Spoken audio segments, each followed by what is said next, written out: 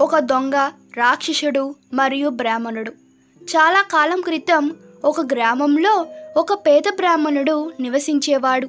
అతను జీవనోపాధి కోసం సమీప గ్రామాల్లో పూజలు చేసేవాడు.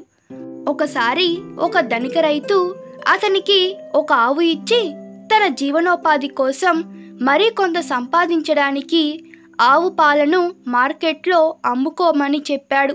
కానీ ఆవు చాలా బలహీనంగా ఉంది. అప్పుడు బ్రాహ్మణుడు భిక్షాటన చేసి ఆవును పోషించాడు.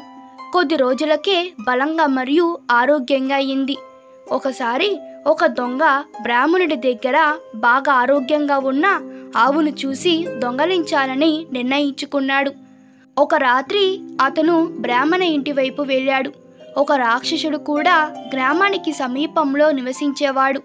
అతను మనుషులను మింగేసేవాడు. బ్రాహ్మణుడి ఆవును దొంగలించడానికి బ్రాహ్మణ ఇంటికి వెళుతుండగా దారిలో దొంగ ఆ రాక్షసుని కలిశాడు. దొంగ రాక్షసుని పేరు అడిగాడు. రాక్షసుడు, నా పేరు మహారాక్షస, నేను మనుషులను తింటాను.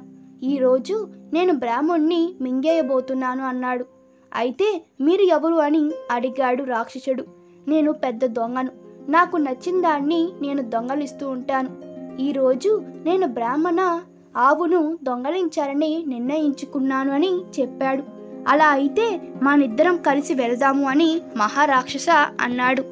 ఇద్దరు కలిసి బ్రాహ్మణ ఇంటికి చేరుకున్నారు. ఆ సమయంలో బ్రాహ్మణుడు బాగా నిద్రపోతున్నాడు.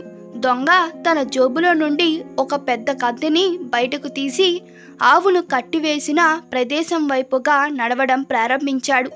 కాని రాక్షసుడు దొంగను అడ్డుకున్నాడు. నువ్వు కాసేపు ఆగు మిత్రమా అని రాక్షసుడు అన్నాడు. మొదట నన్ను ఈ బ్రాహ్మణ్ణి తిననివ్వు, నువ్వు తర్వాత ఆవును దొంగలించు అన్నాడు. లేదు అన్నాడు దొంగ. మీరు బ్రాహ్మణుని తినడానికి వెళ్ళేటప్పుడు అతను నిద్ర మేలుకొని పారిపోతాడు.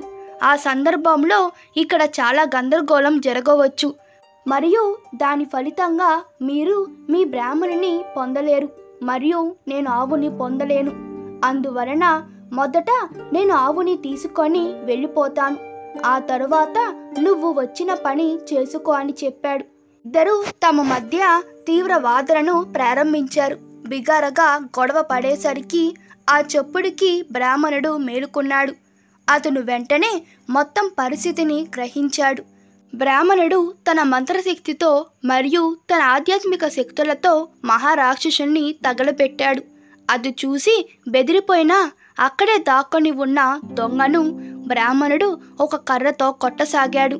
దొంగ ఏడుపు ప్రారంభించాడు మరియు అతని ప్రాణాలను కాపాడుకోవడానికి పరిగెత్తాడు. ఆ విధంగా బ్రాహ్మణుడు రాక్షసు నుండి అలాగే దొంగ నుండి తనను తాను రక్షించుకున్నాడు.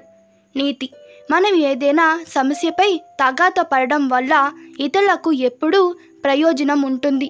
ఈ కథ మీకు నచ్చినట్లయితే మీ అభిప్రాయాలు కామెంట్ తెలపండి. Please like, share and subscribe to my channel. Thank you.